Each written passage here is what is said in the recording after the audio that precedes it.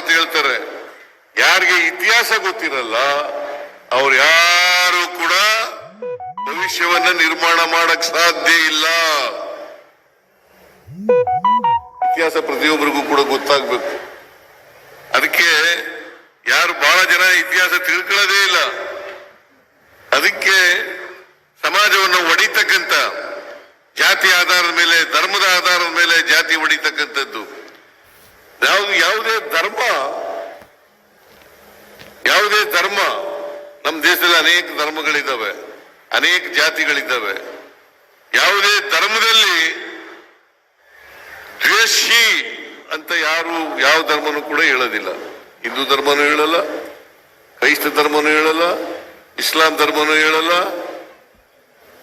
ಬೌದ್ಧ ಧರ್ಮನೂ ಹೇಳಲ್ಲ, ಜೈನ ಧರ್ಮನೂ ಹೇಳಲ್ಲ, ಸಿಖ್ ಧರ್ಮನೂ ಹೇಳಲ್ಲ. ಯಾವ್ದಾದ್ರು ಧರ್ಮ ಹೇಳ್ತದ ಏನ್ರಿ ಸ್ವಾಮೀಜಿಯವರೇ? ಯಾವ ಧರ್ಮನೂ ಕೂಡ ಮನುಷ್ಯನನ್ನ ಪ್ರೀತಿಸಬೇಕೇ ಹೊರತು ದ್ವೇಷಿಸಬಾರದು. ಆಗ ಕುತಂತ್ರ ಮಾಡೋರು ಆ ಕಾಲದಲ್ಲೂ ಇದ್ರು, ಈ ಕಾಲದಲ್ಲೂ ಕುತಂತ್ರ ಮಾಡೋರು ಇದ್ದಾರೆ. ಪಟ್ಟಭದ್ರ ಶಾಸಕರು ಆ ಕಾಲದಲ್ಲೂ ಇದ್ರು, ಈ ಕಾಲದಲ್ಲೂ ಕೂಡ ಇದ್ದಾರೆ. ಕೇವಲ ಸ್ವಾರ್ಥಕ್ಕೋಸ್ಕರ